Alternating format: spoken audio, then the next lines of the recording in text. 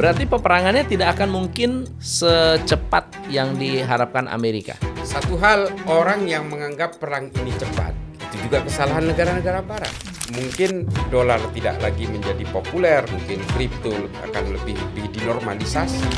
Jadi masyarakat Indonesia harus prepare dengan berbagai kemungkinan, terutama tentang krisis ekonomi yang akan terjadi di dalam negeri. Satu, perasaan-perasaan itu yang saya paling takutkan menghinggap terhadap presiden kita. Ini mohon maaf, kawan-kawan nggak usah nyebur, nggak apa-apa di percakapan seperti ini, biar saya aja yang berani. Aku mau dengar. Saya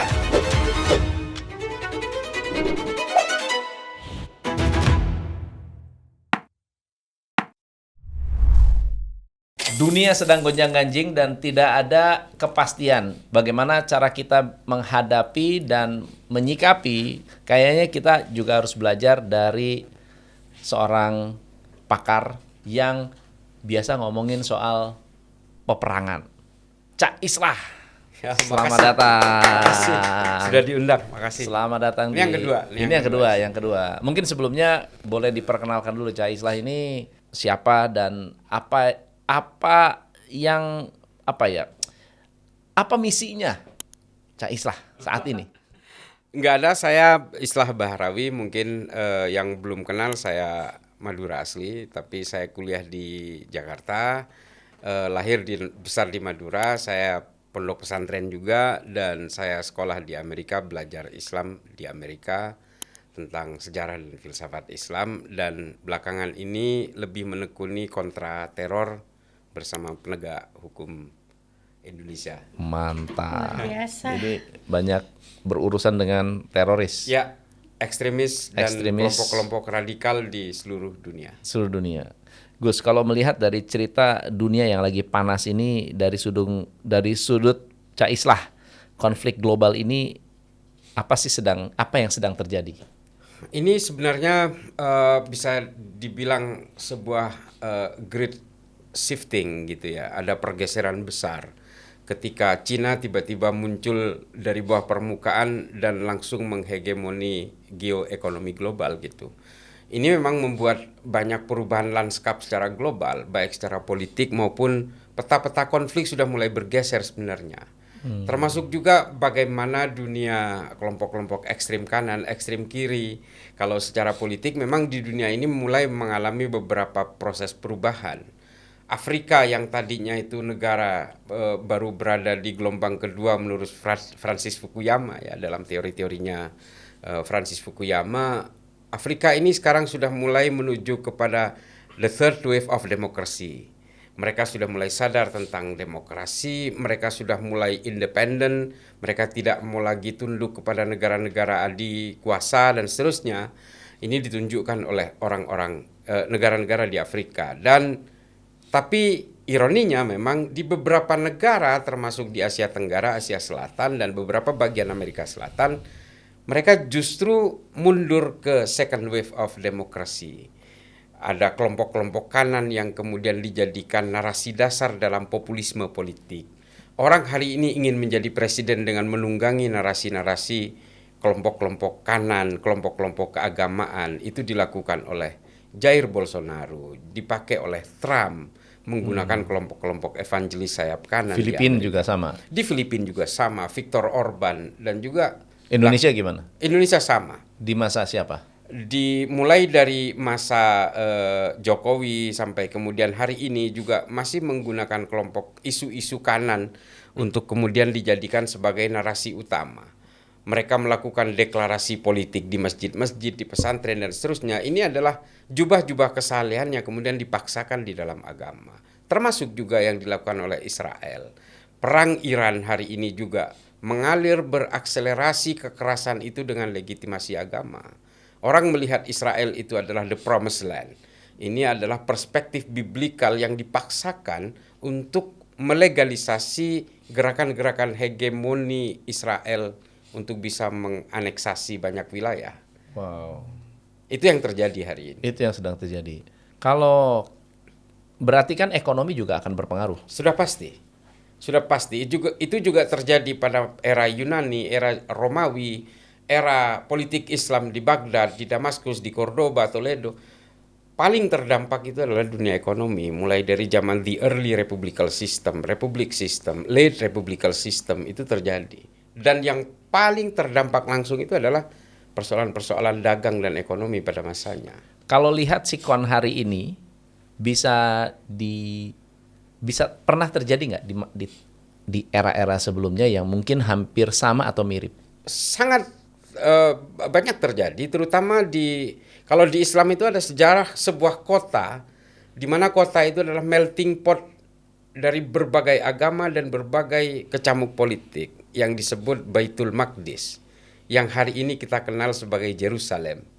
Itu adalah wilayah pertempuran antar kekuatan politik dan agama yang terjadi selama berabad-abad, dan tumpahan darahnya itu betul-betul membangun kota itu. Puing-puing peperangan masa lalu dipakai untuk hari ini, kurang lebih sama seperti tarik ulur antara Israel dan negara-negara sekitar dan Iran hari ini. Iran hari ini. Serem ya. Yerusalem itu disebut oleh banyak ahli sejarah sebagai kota yang dibangun dari ceceran darah berlapis-lapis. Mulai dari zamannya Titus Vespasian di zaman Romawi itu sampai As-Soffah, kekuasaan As-Soffah dalam kekaisaran Abbasiyah. Sebelum itu juga melalui berbagai proses, mulai dari ketika Yesus juga disalib dan seterusnya. Itu sejarah-sejarah tragedi di dalam dunia ini selalu dimulai dari wilayah Yerusalem yang hari ini berada di dalam wilayah Israel. Oke. Mau tanya dong, Cak. Tadi kan Cak ada sempat sampaikan, ya pasti ada perubahan gitu ya, arah ekonominya. Perubahannya dalam bentuk apa ya? Atau seperti apa? Ada yang terjadi secara evolusif, ada yang terjadi secara revolusif. Proses-proses dampaknya. Kalau pada zaman era kita bicara sejarah ya, ketika pada zaman politik Islam mulai dari Andalusia, semenanjung Iberia sampai ke Damaskus dan Baghdad, proses ekonomi waktu itu, dunia ekonomi itu basisnya, backbone-nya itu ada dalam dunia perdagangan. Dan dunia perdagangan itu masih belum sekencang hari ini. Ya. Tapi cara membayar jarak jauh seperti cek, kalau di dalam Islam itu ada namanya sak. Sak itu adalah kata tunggal dari sukuk yang hari ini kita kenal. Jadi dulu itu udah ada cek, itu Mas Tom. Cek zaman dulu itu pada sekitar abad ke-12 itu sudah dilakukan. Dan ketika itu yang paling terdampak itu adalah cara bayar jarak jauh itu dalam dunia perdagangan. Dan itu akhirnya menggoyang dan berhasil meruntuhkan berbagai kegiatan-kegiatan perdagangan yang lebih mengandalkan kepada perjalanan fisik para kabilah pada masanya. Peperangan itu kemudian menghambat perjalanan para pedagang untuk berpindah dari kota satu ke kota yang lain, dari negara satu negara yang lain, sehingga dunia ekonomi itu juga ambruk, satu hal. Dan perang-perang itu juga kemudian mempengaruhi secara lambat akibat cuaca juga. Yang ketiga juga karena pandemi pada masanya itu. Penyakit waktu itu Ngepas dong dengan era kita sekarang dong ya. Ya. Artinya dunia, apa yang terjadi dalam dunia hari ini itu adalah pattern yang sudah mulai berulang gitu seperti pada masanya dulu. Terus kalau Cak sendiri ngelihatnya ke depannya dari sisi ekonomi apa yang kemungkinan akan berubah? Nah, kalau kita berbicara tentang ekonomi, menurut saya itu akan terjadi great shifting itu. Akan terjadi trajektori baru di dalam lanskap ekonomi global yang pada akhirnya kalau ketika dulu itu ditentukan oleh satu sindikasi besar untuk menentukan soal tarif, soal fiskal, soal bagaimana valuta itu bekerja, orang menghubung-hubungkan dengan JP Morgan, Rockefeller, Rothschild dan seterusnya. Kemungkinan ke belakang ini akan berubah dari pola-pola konvensional masa lalu itu kepada jenis-jenis baru, dan mungkin ke depan dolar tidak lagi menjadi populer karena sentimen anti Amerika yang luar biasa pasca perang, dan kemudian yang kedua mungkin kripto akan lebih dinormalisasi. Dan Cina dalam hal ini menjadi jadi special starring dalam pergerakan sinematografi ekonomi dunia ke depan. Itu sih. Nah itu menarik terkait Cina. Kan kalau kita ngomongin terkait perang yang ada sekarang ya, Cak. Sebelum Trump yang sekarang ke Iran, sebelumnya kan sudah ke Venezuela duluan. Ya. Walaupun itu dibilangnya alasannya karena narkoba, tapi yang kita tahu karena Venezuela itu ngirim minyak ke Cina ya kan. Ya. Pembelinya itu adalah Cina dengan harga murah karena black market. Dan kalau aku baca data, Iran itu kan dapat sanksi dari Amerika sejak berapa tahun terakhir tidak bisa jual 47 minyaknya. tahun. Betul. Tapi berapa tahun terakhir juga ekspor dari Iran yang pakai tanker secara gelap itu dikirimnya itu ke Cina. Bahkan kalau kita lihat inventory oilnya Cina 2 tahun terakhir itu inventorinya meningkat gitu ya. 80%-nya dikirim ke Cina dengan harga di bawah pasar juga gitu kan, black market. Apakah sebenarnya yang terjadi sekarang eskalasi dari Amerika Israel ke Iran itu sendiri adalah ditunggangin sebenarnya karena supaya Cina yang nggak dapat minyak atau seperti apa? Kalau saya melihat begini ya, ada salah satu kesalahan negara-negara Barat sebenarnya menyikapi Iran. Kesalahan terbesarnya adalah dengan mengembargo Iran.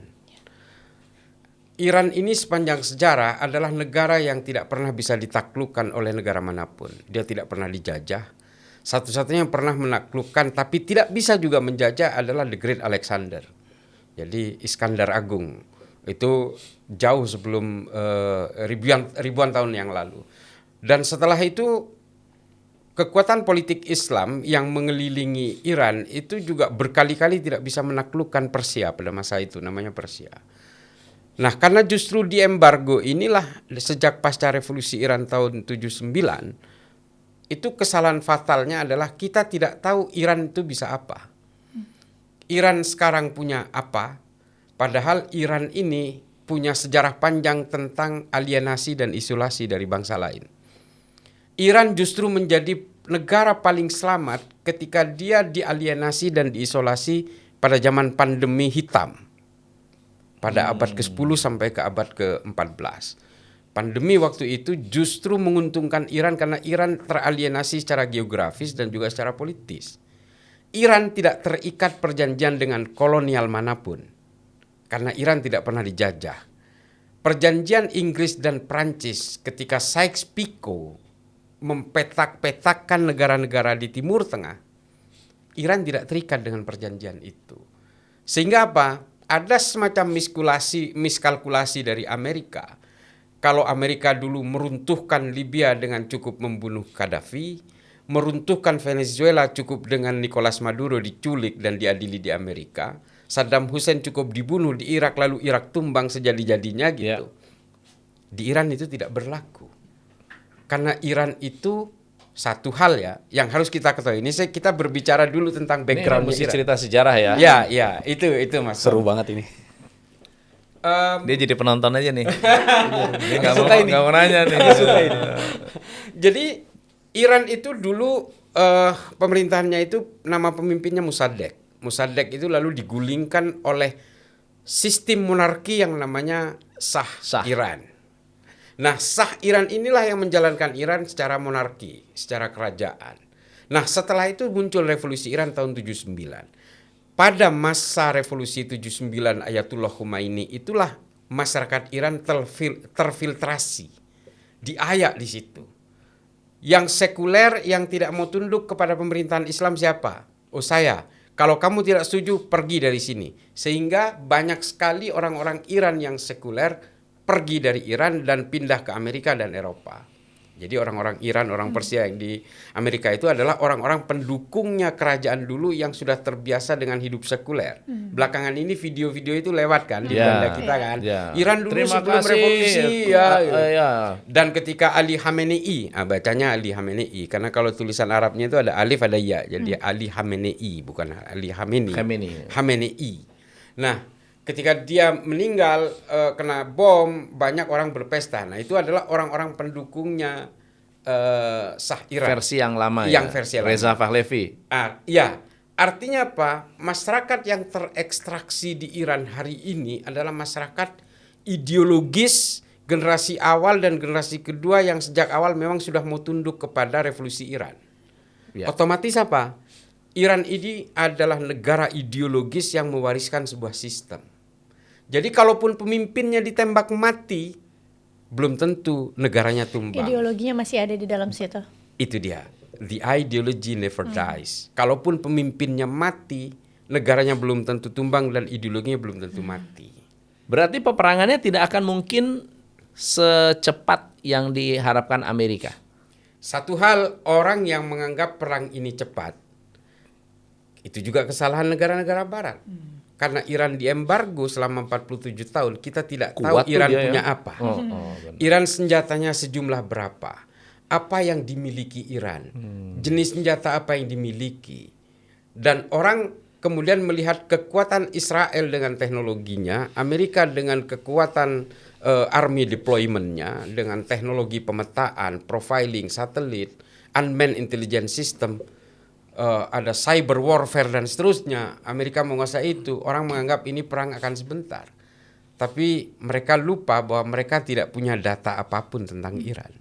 Saya ketemu dubes Iran kira-kira Mas Tom, kira-kira 1,5 bulan yang lalu di kedutaan Iran di sini, jauh sebelum perang ini. Dia menunjukkan bahwa ternyata drone dan beberapa senjata yang dijual di Turki, dijual di Rusia, dijual di Cina dengan label made in China, made in Russia, made in Turki dan seterusnya, made in Turkiye gitu. Itu ternyata buatan Iran semua. Buatan Iran semua. Termasuk bagaimana Iran menjual minyaknya di black market. Jadi Iran selama di embargo 47 tahun itu ternyata membuat mereka makin lihai memainkan dunia ekonominya di dalam grey areanya mereka. Dan bagaimana pupuk Iran itu sebenarnya dikonsumsi oleh banyak negara, bahkan termasuk Amerika melalui dunia ketiga. Apa yang paling akan kesulitan kalau misalnya Iran sama sekali benar-benar terisolasi dan menghentikan semua perdagangan black marketnya ke seluruh dunia? Ya saya kira pasti akan berimbas. Tidak usah Iran itu menyetop semua komoditinya. Ya. Dia nyetop Hormuz saja itu sudah membuat harga hari Goyang. ini Harga minyak minyak. mentah 107 US dollar per barrel. Dan hari ini kalau Indonesia terutama nilai dolar sudah 17.000 sekian. Jadi saya kira yang menjadi korban dari bagaimana ketika Iran itu strike off gitu, mereka itu unjuk rasa gitu dalam konteks ini, saya kira yang terpukul banyak sekali negara-negara di dunia karena memang selama ini ternyata kita juga baru paham bahwa minyaknya Iran itu mengalir kemana-mana tanpa bisa dideteksi karena dia bergeraknya di pasar yang abu-abu dan bahkan mungkin black market gitu. Berarti nggak masuk ke indikator trading ekonomik gitu ya? Ya tidak ada di indeks Iya. jadinya. Ya. Wow. Itu- Menanya apa? Ada satu yang penasaran. Bengong nih. Iya. Jadi basisnya bukunya Hans Rosling yang Factfulness. Ya. Dasarnya adalah semenjak Perang Dunia Kedua sampai hari ini kita belum pernah sejarah peradaban manusia katanya mengalami masa damai yang cukup panjang secara rata-rata, walaupun ada perang kecil di mana-mana gitu ya. Iya. Tapi secara global, secara rata-rata ini adalah masa damai yang bisa dibilang terpanjang. Karena salah satunya dia bilang didukung sama ekonomi global yang sudah jadi satu kesatuan. Yang kalau dulu perang-perang ya udah perang sono kita masing-masing. Tapi kalau sekarang perang satu negara kayak gini aja udah Seluruh dampaknya negara ke seluruh terkena. dunia. Ya. Nah, masalahnya adalah pasti Amerika waktu dia mau nyerang Iran dan segala macam, dia kan pasti mikir ke situ juga. Menurut Cak, apa yang dipertaruhkan atau di betting? Kenapa dia tahu walaupun dengan resiko segala macam ini Iran dan segala macam, apa yang sebenarnya dia betting dari sini sih? Wah, Kalau ini pertanyaannya bagus nih. Iya bagus. Pertanyaannya bagus. Mantap. Factfulness. Jadi saya harus bercerita ini dari dua sisi ya. Satu hal, mungkin Amerika menganggap perang ini akan berlangsung cepat. Justru karena dia buta tentang Iran, tentang mapping dan profilingnya Iran. Semua orang buta. meremehkan gitu ya. Pasti meremehkan. Karena Iran diembargo selama 47 tahun, mereka mungkin mohon maaf, mungkin mereka tidak pernah memahami sejarah bangsa Iran ini, bangsa Persia ini. Mereka ini adalah bangsa yang pertama kali menemukan agama. Artinya apa? Dia adalah bangsa dengan peradaban tertua. Dan saya kira semua orang tahu tentang sejarah Persia ini. Di Islam sendiri ada Al-Khawarizmi, itu orang Persia. Al-Khawarizmi ini adalah ahli matematika yang menemukan angka 0 dalam matematika. Iya. Kemudian ada Ibnu Sina. Ibnu Sina ini adalah orang yang paling tahu awal tentang jarak bulan dan matahari tanpa alat yang hitungannya dipakai sampai hari ini oleh ilmu pengetahuan. Kita bicara Al-Biruni, bicara Imam Itu Al-Ghazali. Persia semua tuh. Semuanya Persia. Yang hari ini menghiasi khazanah keilmuan Islam itu semua orang Persia. Orang Persia ini adalah orang yang memiliki kecerdasan lebih secara genetik. Jadi cerdasnya bawaan orok gitu. Nah, ini yang mungkin di luar perhitungan mereka, bahwa ketika makin dialienasi dan makin didiskriminasi, orang Persia ini justru semakin kreatif. Benar. Dan itu terbukti, tidak terbantahkan oleh Saya sejarah. pernah ke Iran. Pernah ke Iran. Pernah. Ceritain gambaran suasana Iran itu seperti apa? Apakah seperti di film-film yang masih banyak debu gitu, terus banyak bangunan-bangunan yang rusak, atau gimana? Iran ini kalau orang tidak pernah tahu tentang Iran, pasti akan melihatnya seperti Saudi, negara monarki Islam. Benar. Yang menerapkan hukum itu tanpa pandang bulu, Kayak brutal. Afghanistan. Kurang lebih seperti itu. Ah. Kalau orang tidak mau pakai burka, hidungnya itu akan dipotong oleh pemerintah. Ya, ya. Itu kan yang terjadi di Betul. Afghanistan di bawah Taliban. Iran ini justru sangat, menurut saya, justru negara yang berhukum Islam, tapi dia itu memberikan kebebasan, setidaknya inklusivitas kepada rakyatnya. Mereka itu hijab itu tidak wajib, sama seperti Saudi hari ini. Itu yang ada di Iran. Dan anak mudanya itu keren. Kalau di kafe itu nongkrong pakai laptop itu mereka lagi coding tuh. Nggak kayak kita yang main game Mobile Legends. Main Mobile Legends, ya. Iya. Mereka itu coding. Mereka betul-betul aktivasi otaknya itu dimaksimalkan betul gitu. Dan aturan memakai celana jeans pasca revolusi memang ada. Tidak boleh karena itu simbol barat. Waktu itu sentimen anti barat memang lagi luar biasa. Tapi kira-kira tahun 2019 sudah dihapus aturan itu. Jadi boleh pakai itu, dan perempuan juga tidak semuanya pakai hijab. Kecuali orang yang memang mau berhijab rapat gitu. Tapi kalau orang yang nggak pakai hijab pun cuma kerudung aja diselempangkan di di lehernya pas lagi musim dingin gitu, oke aja. Jadi nggak ada masalah gitu. Dan kebetulan saya datang bersama rombongan itu yang tidak semuanya beragama Islam, dan mereka juga bisa memesan wine di situ. Oh.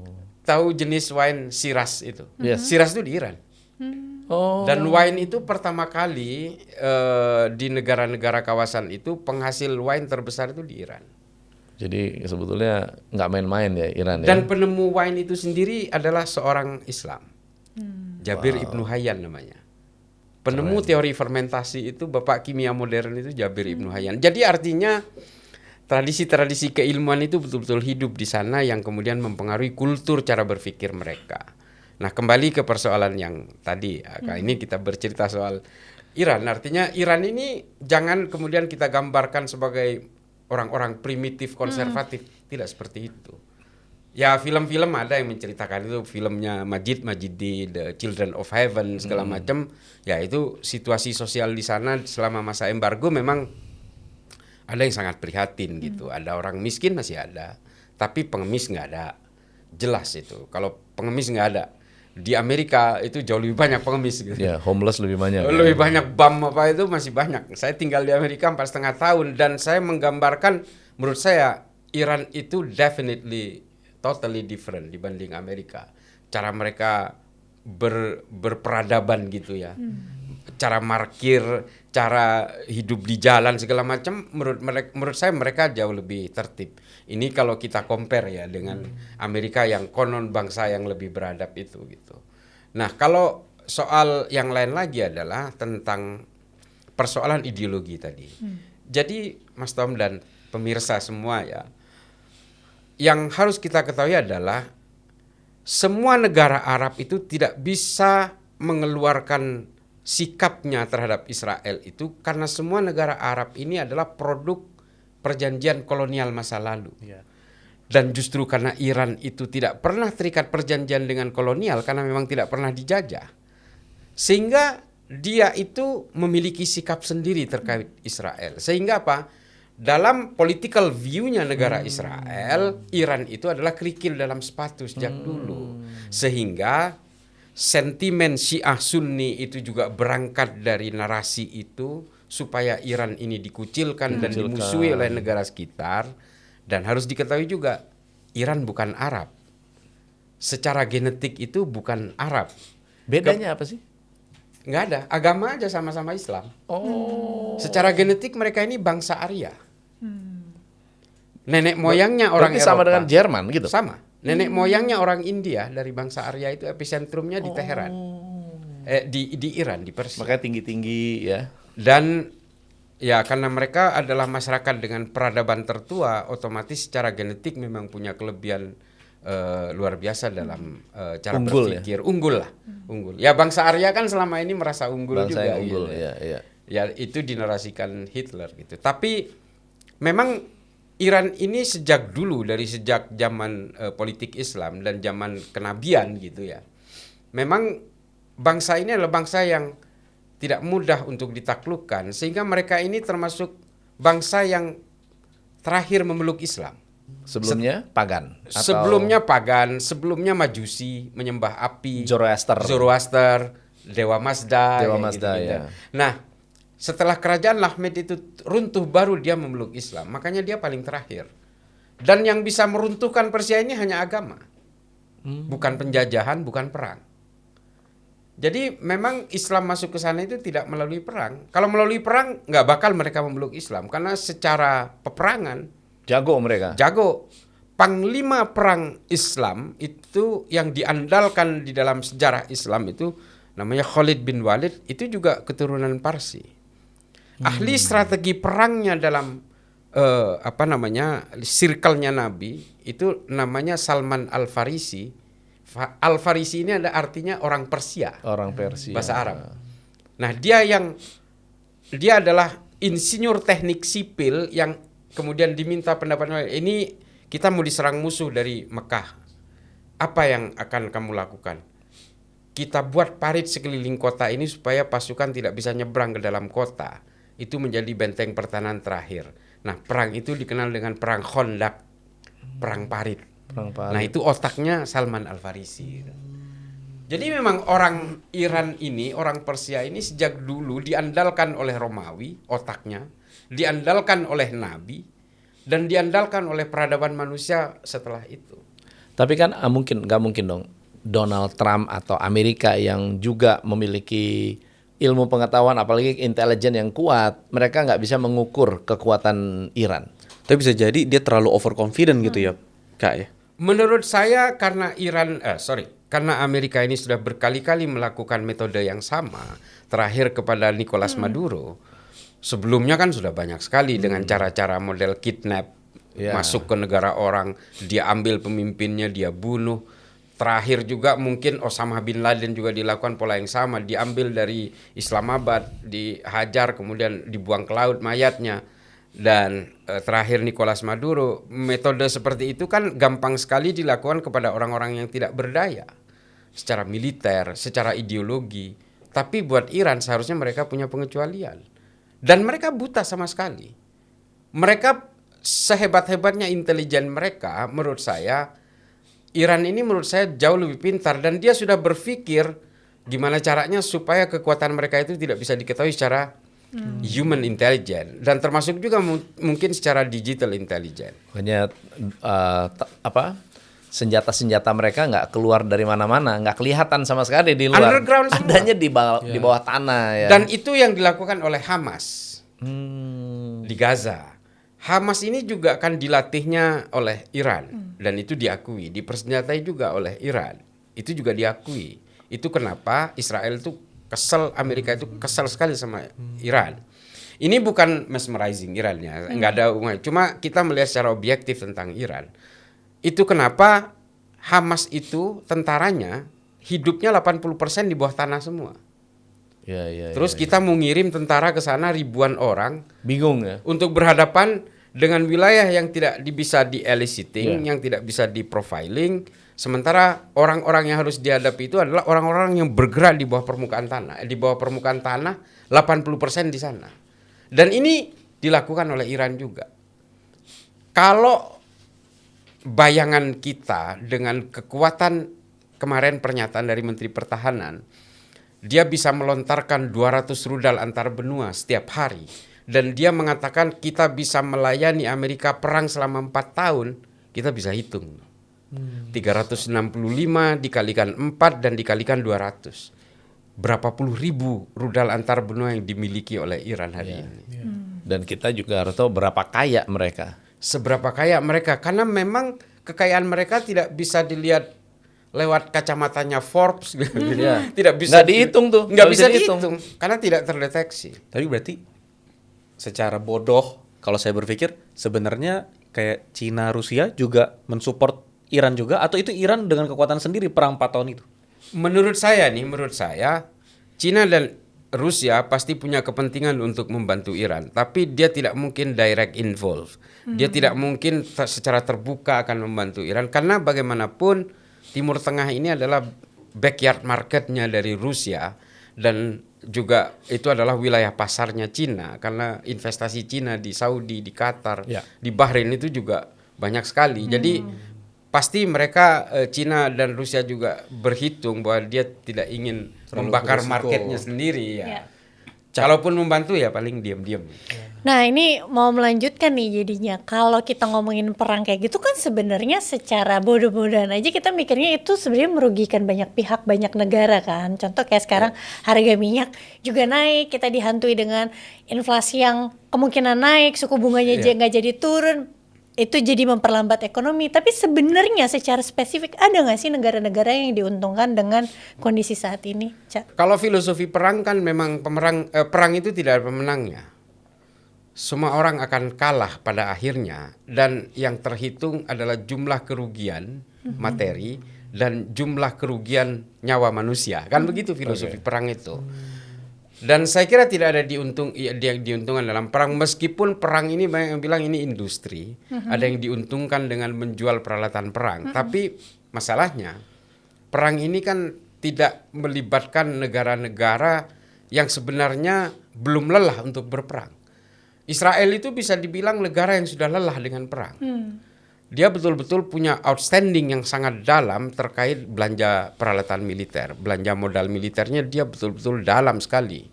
Bisa bayangkan itu air defense systemnya Israel itu dalam posisi shortage hari ini. Berhutang kemana-mana hanya untuk membeli peluru kendali untuk melawan serangan-serangan ke wilayahnya dia. Karena satu-satunya peluru besar yang bisa sampai ke Tel Aviv itu hanya dari Iran.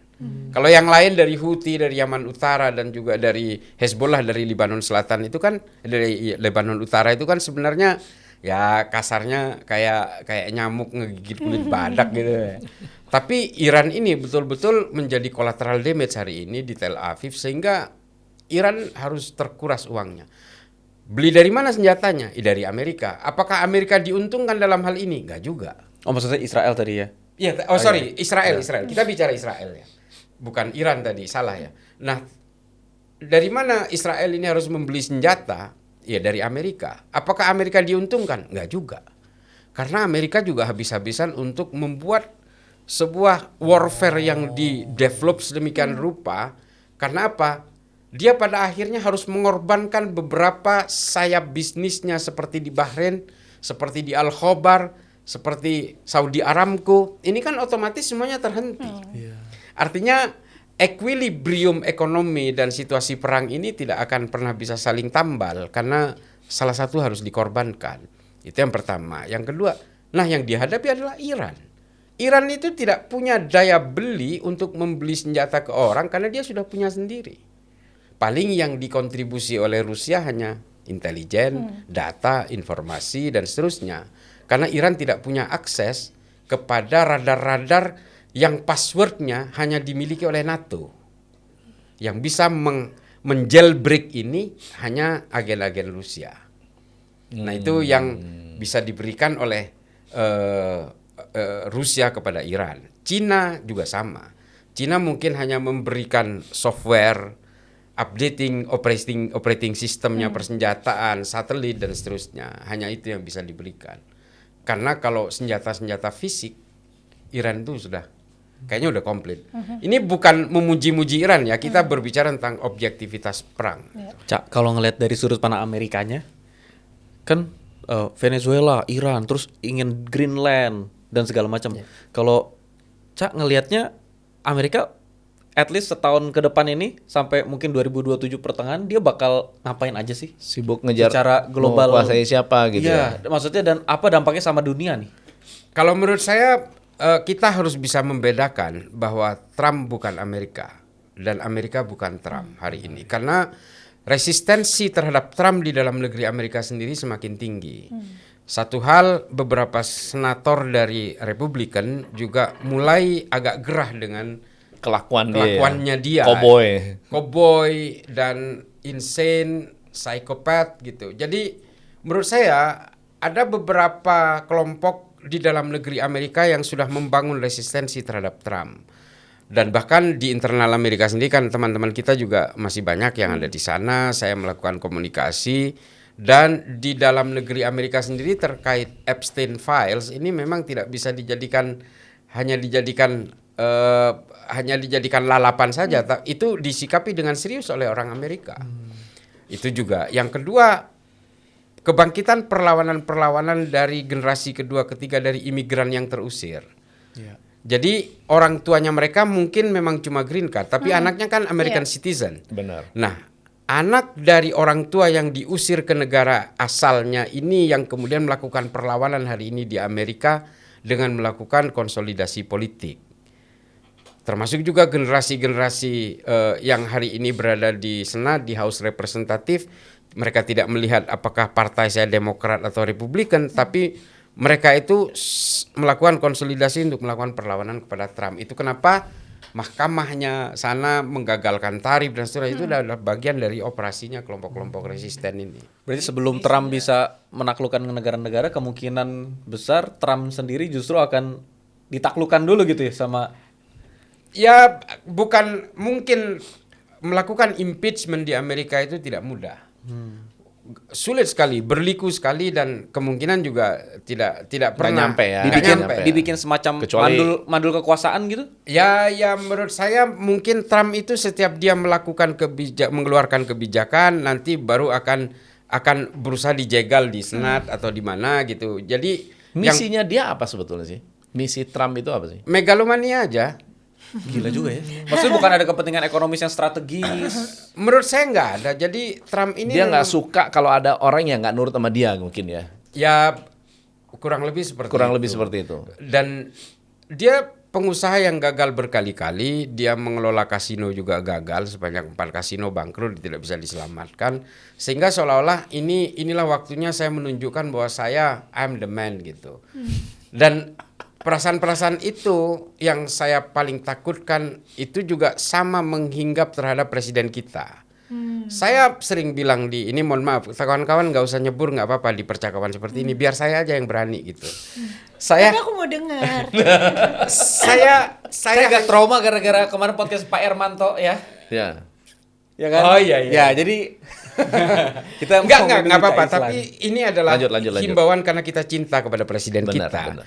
Ya. Kita jadi gini loh, jangan karena Pak Prabowo ini gagal menjadi presiden berkali-kali, sekalinya dia menjadi presiden yang gagal gitu. Kita kan nggak mau seperti itu. Setuju. Pak Prabowo ini kita harapkan lebih baik populer di mata rakyat daripada populer di matanya Trump. Karena begini loh, kalau Pak Prabowo ini dicintai oleh rakyat Indonesia, kalau Trump macam-macam ke Pak Prabowo, yang akan membela itu rakyat. Ya. Tapi kalau dia tidak populer di mata rakyat, dia hanya populer di mata Trump. Kalau rakyat macam-macam kepada Pak Prabowo, Trump nggak akan bela. Belum tentu bisa diselamatkan. Nggak bakal bisa nyelamatin kalau rakyat yang mau macam-macam ke Pak Prabowo. Jadi menurut saya nih, daripada Pak Prabowo cari panggung di depannya Trump, dia berusaha mendekat ke Trump lewat anaknya, lewat ini. udahlah, lebih baik populer di mata rakyat. Datanglah ke Aceh pemulihan pasca bencana. Datanglah ke rakyat yang nyolong lampu siem sampai harus terbunuh. 2 biji lampu siem aja udah harus sampai terbunuh. MBG kayak apa pelaksanaannya, karena ini yang nyedot anggaran banyak dan membuat APBN shortage. Kan kayak gini-gini yang harus diurusin gitu loh. Kalau urusan perang Iran Trump itu, perang Iran dan Amerika dan Israel ini, yang menjadi korban kan bukan Indonesia saja. Betul. Yang jadi korban itu banyak negara. Biarlah ini menjadi keputusan kolektif dari negara-negara terdampak, rembukan, datang bareng-bareng. Trump, lu hentikan perang. Iran, lu hentikan perang. Israel, lu hentikan perang. Ini korbannya banyak loh. Nah, kurang lebih kayak gitulah analoginya. Tapi tetap yang di dalam negerinya harus ada Oh, dibenahi harus. juga ya, Cak. ya? Apa Cak Islah lihatnya di dalam negeri yang Cak Islah lihat sebetulnya lebih Meski berbahaya. nggak ada perang, ini tetap bisa mengganggu Benar, gitu. lebih berbahaya daripada cerita ini. Nih, begini, ya kita kan tahu hari ini brand minyak mentah itu $107 per barrel. Ini udah warning nih, udah kedip-kedip nih lampu merah Ya. nih. Terus yang kedua, dolar sudah 17.000. Sebentar lagi ada El Nino. Nah, ini kemarau panjang nih. Kemarau panjang itu kan bisa paceklik, gagal panen. Kita harus impor bahan baku yang di Indonesia tidak bisa disediakan. Logistik dasar yang diperlukan masyarakat ini, belum penutupan Selat Hormuz ini mengalami kelangkaan gas. Gas melon yang dikonsumsi orang itu ke depan ini belum tentu mudah didapat oleh masyarakat yang 3 kiloan itu. Terus kemarin ada himbauan, ayo konversi ke kompor listrik karena kita oversupply untuk listrik. Kan tidak semudah itu. Itu kan another expenses gitu. Kalau dolarnya naik, PLN-nya Kalau juga. dolarnya naik kan PLN juga. Ya oke lah, batu bara kita bisa sediakan untuk pembangkit listrik itu. Jadi mungkin listrik lebih aman lah kita. Karena kita ini sebenarnya overwatt gitu ya. Jadi watt kita ini masih berkelebihan. Tapi kan membangun sebuah kultur yang dikonversi secara paksa melalui aturan negara, ini kan nggak mudah, nggak gampang gitu. Orang dari minyak tanah ke LPG aja itu dulu luar biasa gejolaknya. Sampai demo segala Betul. macam. Dan aduh pokoknya udahlah, nggak gampang mengubah persepsi dan kultur masyarakat yang sudah biasa dihadapi sehari-hari. Nah, El Nino ini juga tahu nggak? Kalau kita ingat tahun 98, mungkin yang masih muda-muda nggak ingat nih para pemirsa masih juga kecil. ya, Mas Tom ya. Saya ngelewatin. Badai ekonomi itu datang duluan. Dolar juga menguat ketika Oh, itu, iya. rupiah anjlok. Bat juga mengalami hal yang sama ketika itu ya, Mas Tom ya. Lalu kemudian juga ada kenaikan harga BBM ketika itu. Dan kemudian El Nino juga setelah La Nina sama. Satu ya. Satu. Satu itu ya, satu Patternnya cycle. sama. Patternnya sama dengan apa yang terjadi hari ini. Nah, kita takut betul-betul nanti orang turun ke jalan karena perutnya kosong. Emak-emak turun ke jalan karena nggak ada lagi beras yang mau ditanam. Dan ini organik. Kalau kerusuhan yang berbasis operasi intelijen, orang-orang ngamuk yang sudah ada political engineeringnya, itu tinggal dicari prinsipalnya, datangi, selesai itu kerusuhan. Dia nggak akan udah nggak ada yang kasih makan, akan langsung Udah stop. selesai. Udah selesai. Karena kalau dibentuk oleh operasi intelijen itu kan ada provocateur agent namanya, terus ada agent handler, yang terakhir prinsipal. 3 orang ini aja dipatahkan selesai. Tapi kalau organik, ini kan keluar dari hatinya masing-masing. Karena suara perut yang kosong, keroncongan. Pada akhirnya itu yang akan membuat political unrest yang sulit untuk dikendalikan. Nah, ini bukan nakut-nakuti, tapi ini supaya kita waspada. Pemerintah juga waspada bahwa jangan anggap enteng semua ini. Perang ini juga jangan anggap enteng. Kita harus melakukan mitigasi, Mas Tom. Kalau memang kita tidak bisa menghentikan perang, maka prevention itu harus dimulai dari sini. Ya. Tindakan apa, Cak? Ya, satu memang seperti hari ini ya. Ini kan dolar udah naik, minyak udah naik. Harus ada konversi cara pembelian yang tadinya ke Singapura misalnya, Singapura ngambilnya dari Selat Hormuz, ya harus harus ngambilnya dari detour dari tempat lain, misalnya dari Asia Tengah, dari Uzbekistan atau dari Cina atau dari Amerika dan seterusnya seperti yang dilakukan hari ini. Itu caranya. Mungkin mungkin prakteknya tidak semudah itu, tapi ya mau tidak mau memang harus memikirkan mitigasi yang lain. Kemudian yang kedua, ini kan kita ketika dolar sedang naik-naiknya, ini kan kita tidak memaksimalkan ekspor. Betul. Ya kan, Betul. Mas Tom? Betul. Negara sedang Harusnya harusnya didorong. ketika rupiah lagi lemah seperti ini, ekspor harus didorong dong. Harusnya. Tapi kan tidak. Hari ini sawit, minyak dari palm oil segala macam untuk mencukupi dalam negeri, yang diekspor juga dibatasi. Iya. Harusnya kita ekspor habis-habisan justru dalam posisi seperti ini. Ya mungkin ekonom-ekonom lebih paham soal ini. Oke. Kalau teror gimana? Teroris. Nah, ini yang Iya, harus bentar kita lagi kan mau bicarakan. Piala Apakah- Dunia. Nah. Ca, di Amerika loh, tuan rumah. Ya, dan banyak sekali tim yang most likely akan tidak ikut serta Mundur. Ya, karena takut perang juga. ini. Iya. Iran udah pasti mundur, padahal dia yang akan berkompetisi. Spanyol juga udah mulai gertak-gertakan. No. Kalau memang perang ini tidak berhenti, kami tidak akan berangkat ke Piala Dunia. Yang jelas begini, Mas Tom, dulu ketika semua ini dibuat, gerakan-gerakan radikal ini dijadikan sebagai bandul politik Ya. di mana-mana, itu memang lebih memanfaatkan kepada kelompok-kelompok ekstrim kanan, dikomporin, dibuat bejana, lalu mereka diminta untuk bergerak. Contoh, Al-Qaeda, Osama bin Laden, Osama. itu dibentuk oleh Amerika untuk membebaskan Afghanistan dari pendudukan Uni Soviet pada masanya. Sehingga apa? Daya kendalinya Al-Qaeda ini sebenarnya ada di Amerika.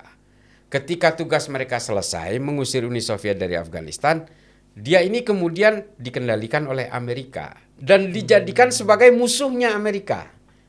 Ini untuk sebagai the balance of power di Timur Tengah. Dan akhirnya ini menjadi mainan American toys gitu. Al-Qaeda ini. Setelah itu muncul ISIS. Artinya apa?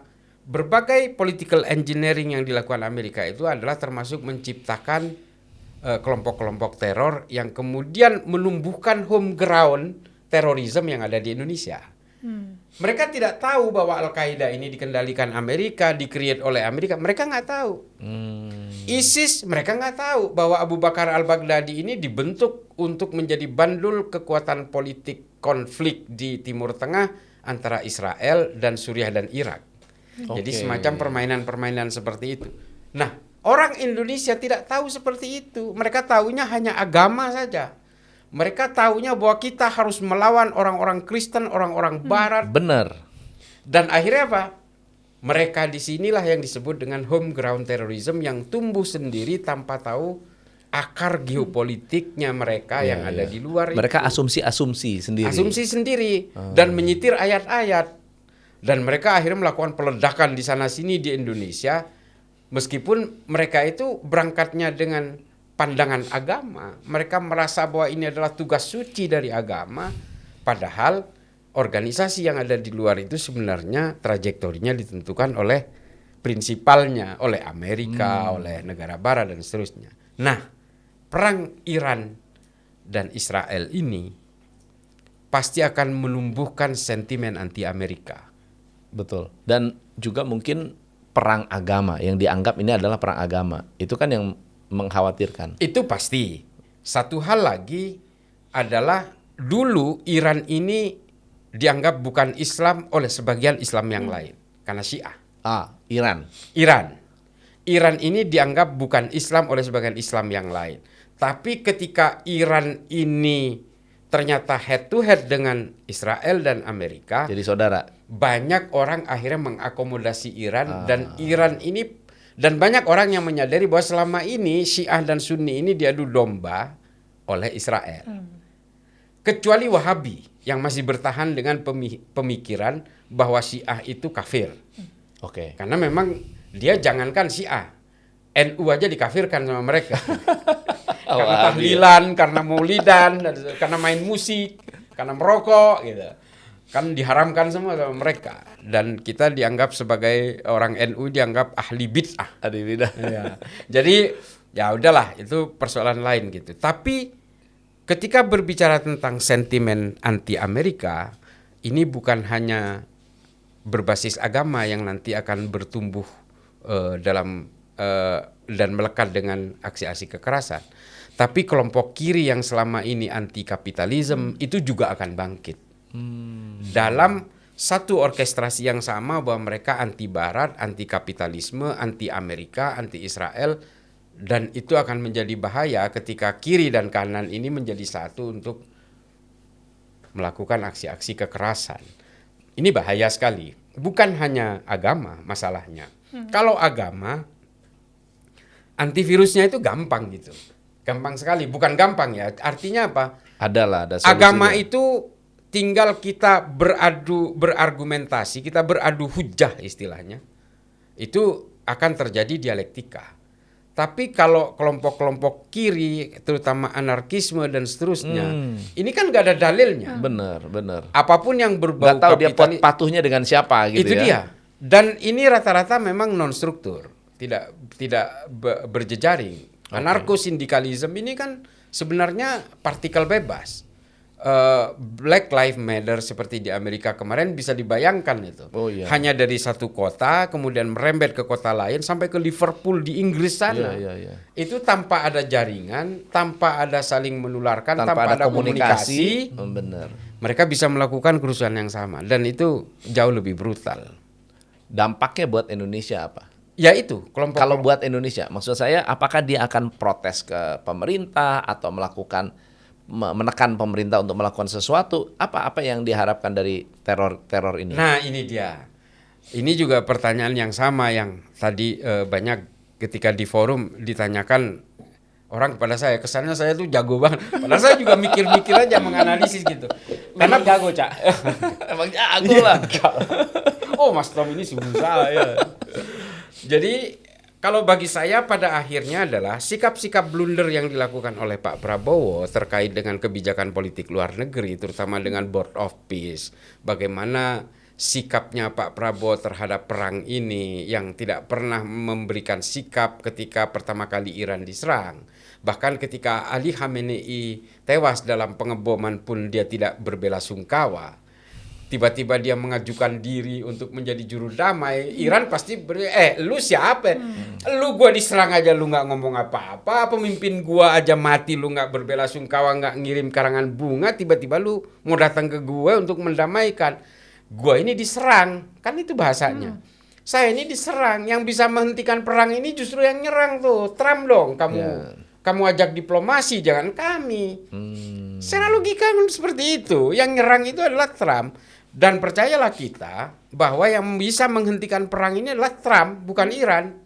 Kalau Trump hari ini menyatakan oke, serangan kita hentikan, Israel saya minta untuk tidak lagi menyerang Teheran dan kota-kota dan seluruh wilayah Iran, saya yakin Iran juga akan berhenti. Kalau Iran yang berhenti untuk melakukan serangan ke Tel Aviv, percayalah justru Trump dan Israel semakin jadi menyerang Iran, karena dianggap Iran sudah tidak punya amunisi lagi. Itu logika dasarnya. Itu yang dimaukan sama Trump. Itu yang dicari. Itu yang dicari. Dan Pak Prabowo malah mau terbang ke Teheran. Ngapain gitu loh. Nah, sikap-sikap blunder yang seperti ini yang bisa menumbuh kembangkan kekecewaan dari masyarakat Indonesia yang hari ini betul-betul populer membela Palestina, anti Israel, anti Amerika hari ini nih. Itu trennya lagi begitu untuk mayoritas kita. Kalau pada akhirnya pemerintah kita tidak bisa memuaskan rakyatnya sendiri, ya saya yakin pada akhirnya akan muncul perlawanan-perlawanan kepada pemerintah dalam bentuk fisik, dan ini bahaya. Karena nanti apa? Jubah-jubah agama juga mengalir di situ. Ya. Terus mungkin ada yang konflik horizontal juga ya. Udah pasti konflik horizontal, dan kita tahu pendukung Israel di Indonesia itu juga tidak sedikit karena mereka juga menyitir ayat-ayat Alkitab. Ini kan bahaya juga. Ini konflik-konflik primordial karena hanya persoalan-persoalan orang di luar yang punya genderang sendiri, menari sendiri di panggungnya sendiri, kemudian imbasnya ke kita jadi-jadinya.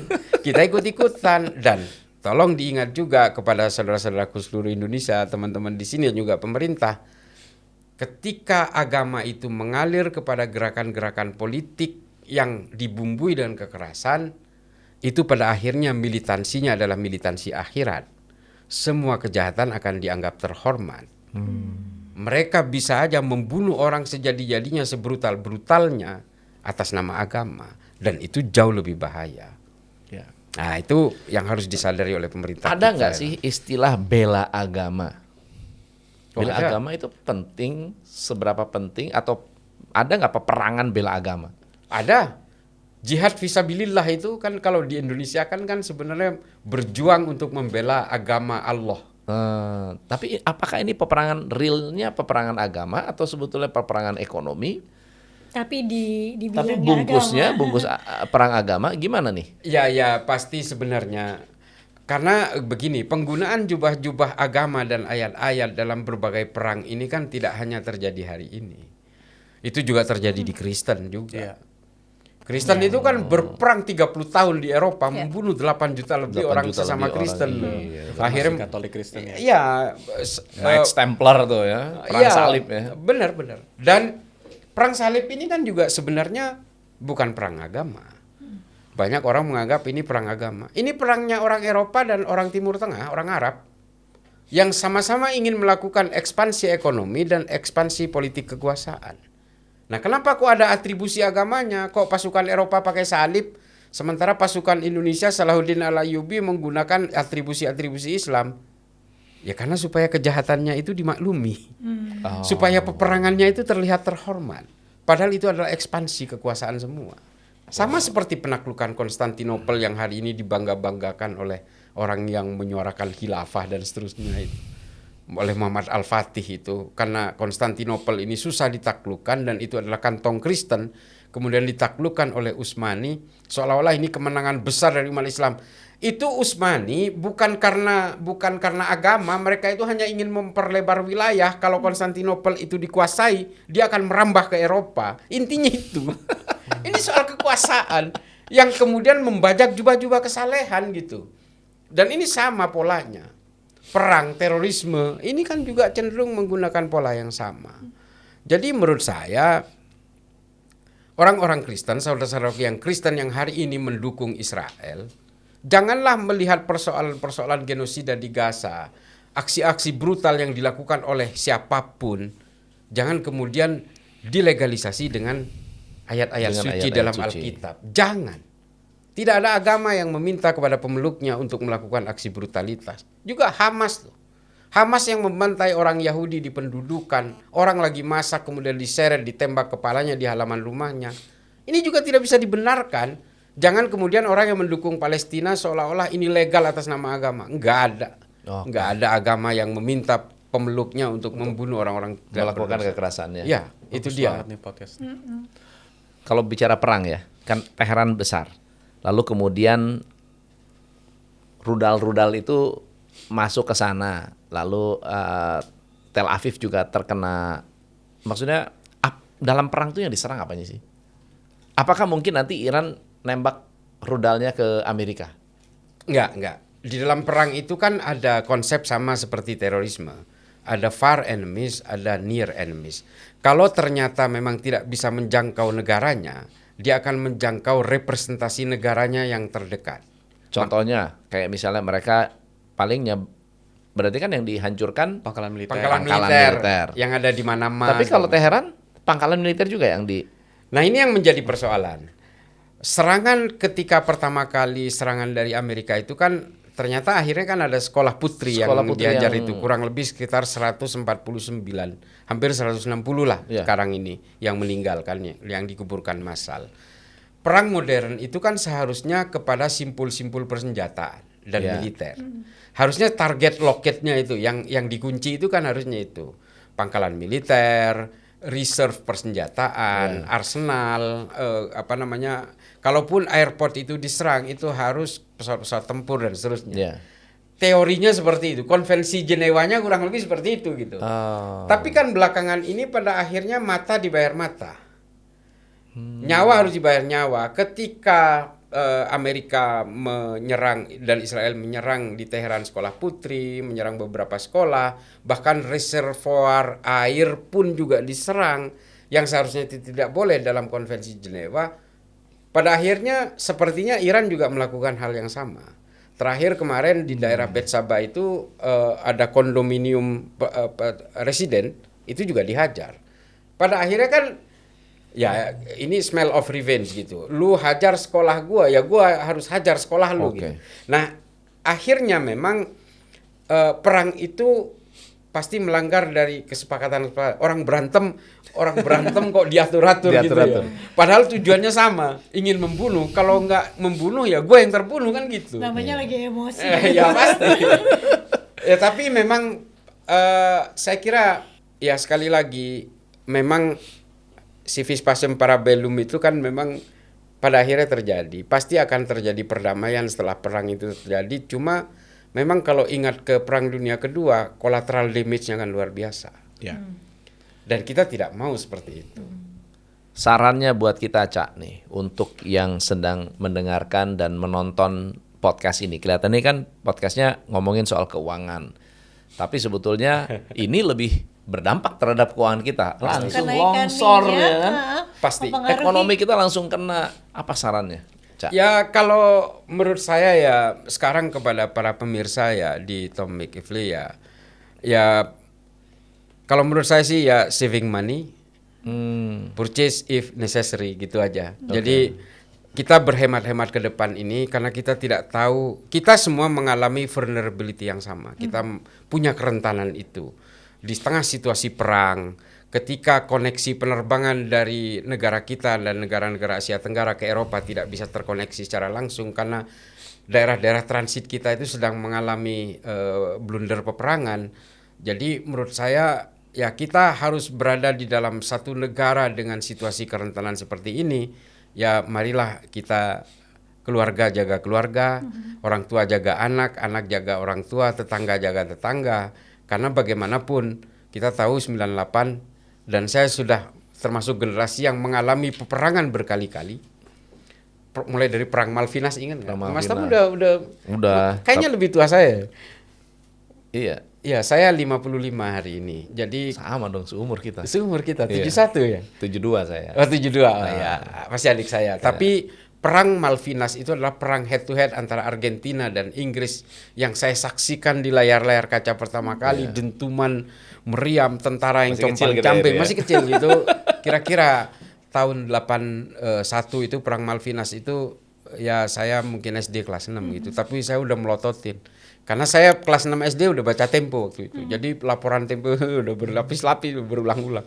Tapi ya memang peperangan itu sudah terjadi berkali-kali, revolusi Iran juga saya lewati gitu. Jadi masyarakat Indonesia harus prepare dengan berbagai kemungkinan, terutama tentang krisis ekonomi yang akan terjadi di dalam negeri.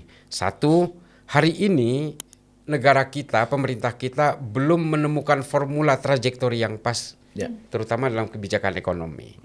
Dan yang kedua adalah jangan sampai totalitarianisme itu terjadi di Indonesia. Seperti yang sudah dilakukan oleh Trump, kan berusaha untuk menjadikan dia seorang pemimpin yang totalitarian.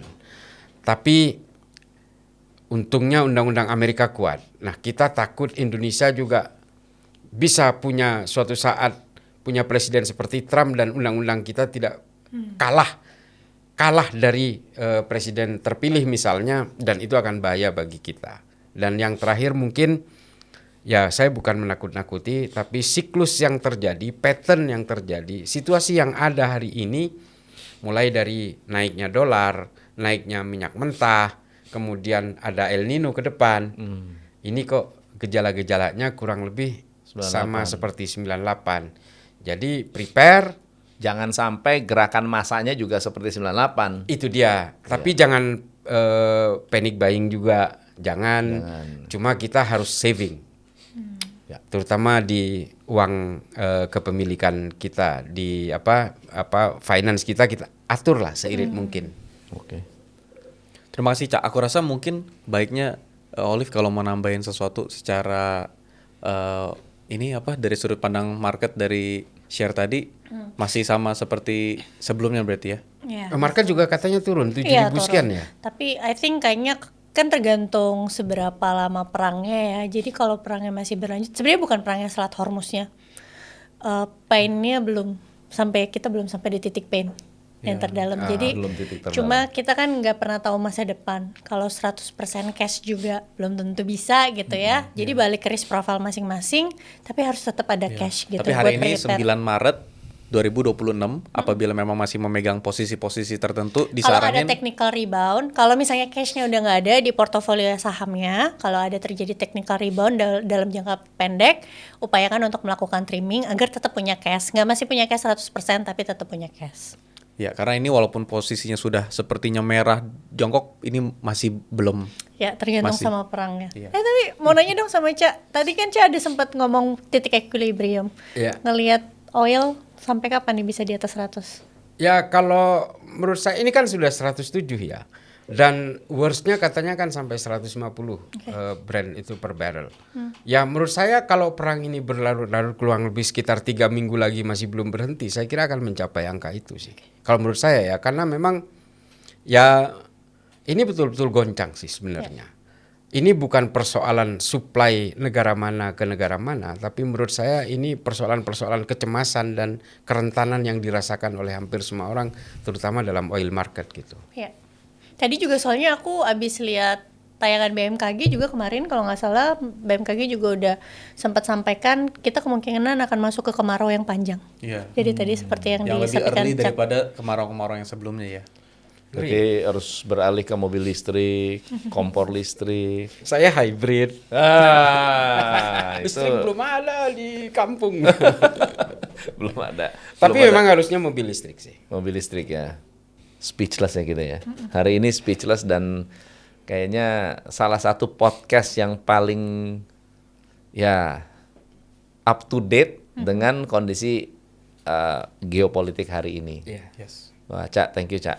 Makasih for banyak. coming. So insightful. Teman-teman, sampai ketemu di episode berikutnya. Kalau teman-teman misalnya mau ada pembahasan geopolitik untuk konteks ke finansial dan ekonomi lagi, boleh juga kasih rekomendasi nama-nama, mungkin nama-nama toko, atau kalau mengundang Cak Isla lagi, kira-kira bahas topik apa sih yang pengen dibahas dari sudut pandang teman-teman. Itu aja, sampai ketemu. Real Money Talks, cuan tanpa batas. batas. Hanya di Top Coach Indonesia.